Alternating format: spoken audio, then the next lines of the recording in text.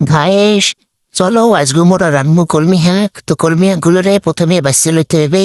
গুড়া আর মাটি হালাইয়া হুদা ডাটগুলোরে বাচ্চা লমু সরি গাইস হুদা শাকগুলোরে বাচ্চা লমু সেহুন যে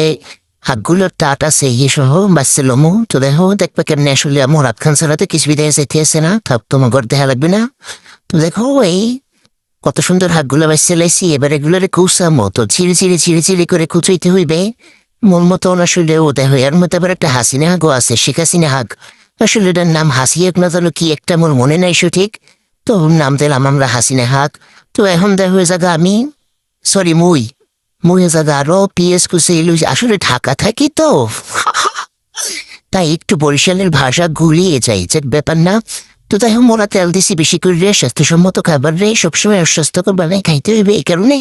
মোরা বেশি করে তেল খামো তরকারিতে কারণ মজা লাগা রয়েছে সবচেয়ে বড় কথা তো কি কারণে যেন মই রসুন ডাকে দিয়েছিলাম এরপর দিয়ে দিলাম পিঁয়াজটা দেওয়া হয়ে গেল এখন দেবো হয়েছে কাঁচামরিচ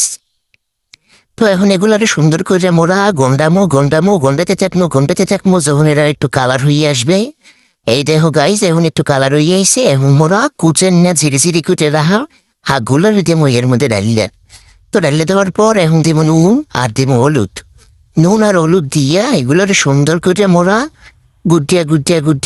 গন্ডাইয়া ফেটকাইয়া সুন্দর করে এগুলোরে মোরা মিশাই দিব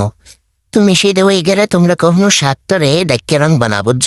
শাকটার একটু পাওয়ার কমাই দিয়ে এসগুলোর এরপর রানবা তো এই দেখো মুখু কাঙ্ক্ষিত হাগ রেডি